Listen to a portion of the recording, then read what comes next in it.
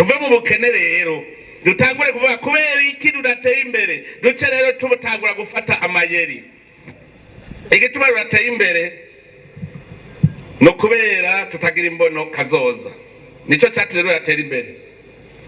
Uno munsi twaratanguye kuvuga tuti mu muryango Serugo vuga uti imbono kazoza y'umuryango ni iyihe.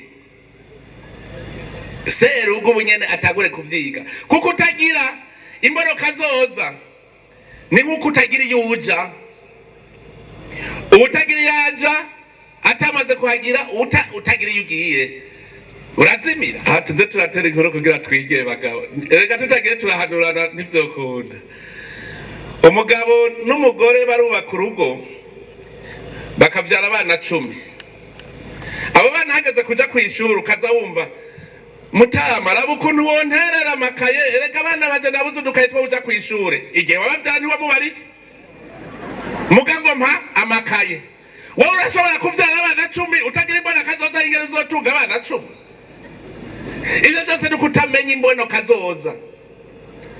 Be murazi ubu umuntu aronsa amahera wese ubu acaho hakugura imodoka. Urazi ko imodoka ushobora kuyigura uno munsi ejo igacigira isanganya ugacuta none ya mahera niho yataye. Urazi ko imodoka ushobora kuyizana uno munsi igacigoga imote ayo mahera niho yataye. Ariko ajya mahera waguze ijya modoka iyo yakoresha umugambi w'iterambere urema itunga uwo mugambi niwo waguze imodoka niyitembagaye uwo mugambi ucugura yindi mugabo abantu bavuga ngo ndarosa amahera yo kugira werekane ko ukomeye ucugura imodoka ejo rutembagaye ucugira gute. Uburyo bwose n'ubujuju n'ukutagira imbona kazoza